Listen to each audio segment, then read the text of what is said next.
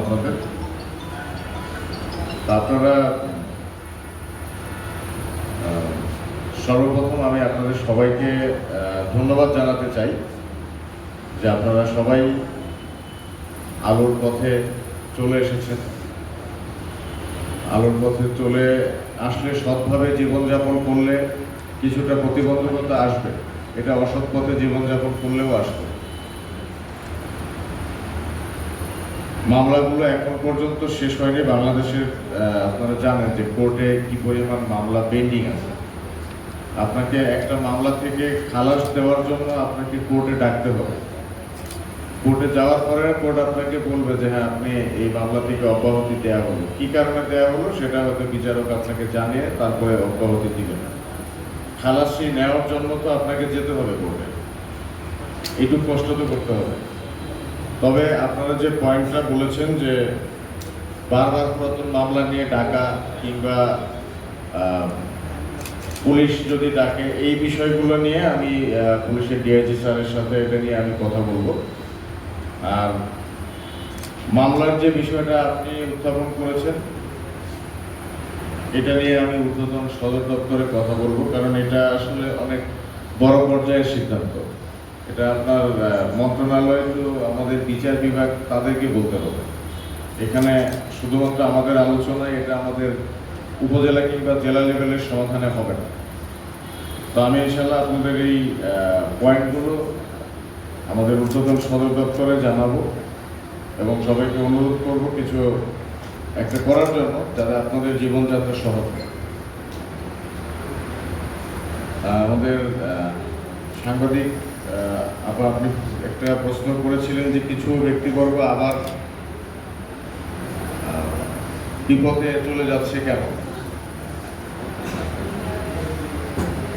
আমাদের সমাজে ভালো মন্দ সব ধরনের মানুষই আছে।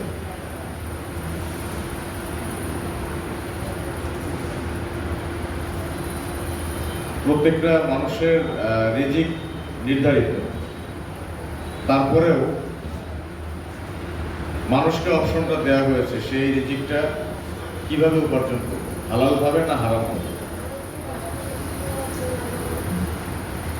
রাষ্ট্রীয়ভাবে সরকার এবং সরকারি সংস্থা সমূহ চেষ্টা করেছে মানুষকে সুপথে নিয়ে এসে তারা যাতে হালালভাবে উপার্জন করে এটার ব্যবস্থা করে। এরপরেও কিছু মানুষ থাকবে যারা শয়তানের ধোঁকায় পড়ে আবার হারামভাবে উপার্জন করতে যাবে। ওই কিছু মানুষ শয়তানের ধোঁকায় পড়ে চলে গিয়েছে, আমরা দোয়া করি তারা হালাল পথে ফিরে আসুন। কেন একজন মানুষ ডাকাতি করে এটার আসলে কোনো ব্যাখ্যা নেই, কারণ সে খারাপ কাজ করতে চাচ্ছে, এই জন্য সে খারাপ কাজ করছে। যে করছে না সে তো ভালো আছে, খারাপ নেই, একটু আর্থিক কষ্টে আছে হয়তো, কিন্তু না গিয়ে তো নেই। রিজিকের দায়িত্ব সৃষ্টিকর্তা নিজে নিয়েছেন, এটা বিশ্বাস করে যদি কাজ করি তাহলে আমাদের অসৎভাবে উপার্জন করার মানসিকতা থেকে আমরা দূরে সরে আসতে পারি। আর আরেকটা প্রশ্ন বিষয় এসেছে যে যারা আসেন তাদের জন্য বিষয়টা একই। আমরা দোয়া করি যে তারা সৎ পথে চলে আসুক এবং আমাদের আইন শৃঙ্খলা বাহিনী, সরকার এবং অন্যান্য সংস্থার পক্ষ থেকে তাদের জন্য দরজা সবসময় খোলা আছে। যে কোনো অপরাধী আপনি আত্মসমর্পণ করে সৎ পথে চলে আসতে চাইলে অবশ্যই আপনাকে স্বাগতম জানানো হচ্ছে। এবং আপনারা যারা আছেন আপনারা বাকিদেরকে এই বিষয়টাতে উদ্বুদ্ধ করবেন যাতে তারা বিপদ থেকে সুপথে চলে আসে। একটা দেশের আইন শৃঙ্খলা রক্ষা করতে হলে আইন শৃঙ্খলা রক্ষাকারী বাহিনীকে অ্যাক্টিভ থাকতে হয়। আমরা কাজ করছি, কিন্তু একই সাথে এটা শুধুমাত্র আইন শৃঙ্খলা বাহিনীর দ্বারা সম্ভব না। আমরা কয়জন মানুষ আছি, মানুষকে সৎ পথে থাকতে হবে তাদের সামাজিক ভয়ভীতির কারণে বা সামাজিক চক্ষু লজ্জার কারণে। সমাজকে ভালো হতে হবে।